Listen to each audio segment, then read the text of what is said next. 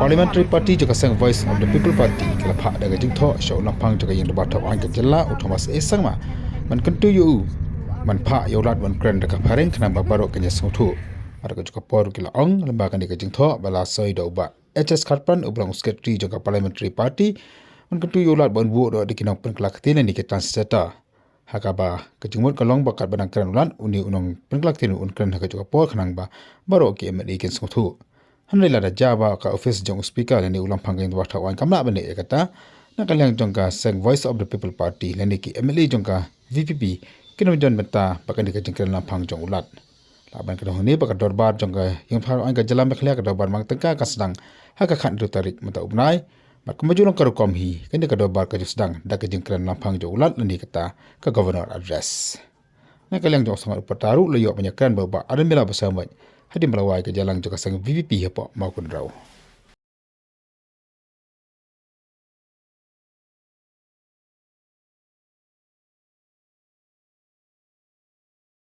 I kombakalong nga try na do kasi benkong play ba kom kapati ngela yang persya ya ke Jingkren hindi jumlah apa ko yang dorba kawan.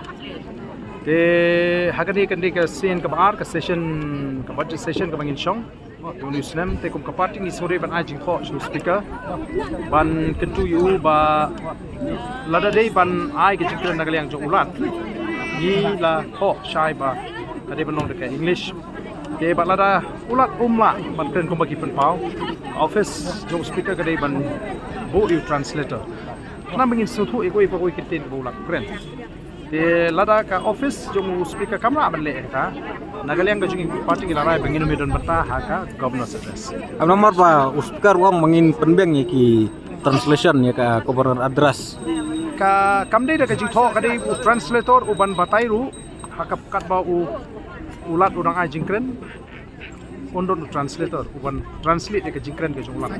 Lada dia bawa nagaliang ka office speaker kambo atau pin boycott beng Kata itu. ka la shai ka makal ongiti balada ka office jong speaker kamla ni lada rayo na ka party bangin Iadon Bynta haka governor's address haka Jingkren jong ulat.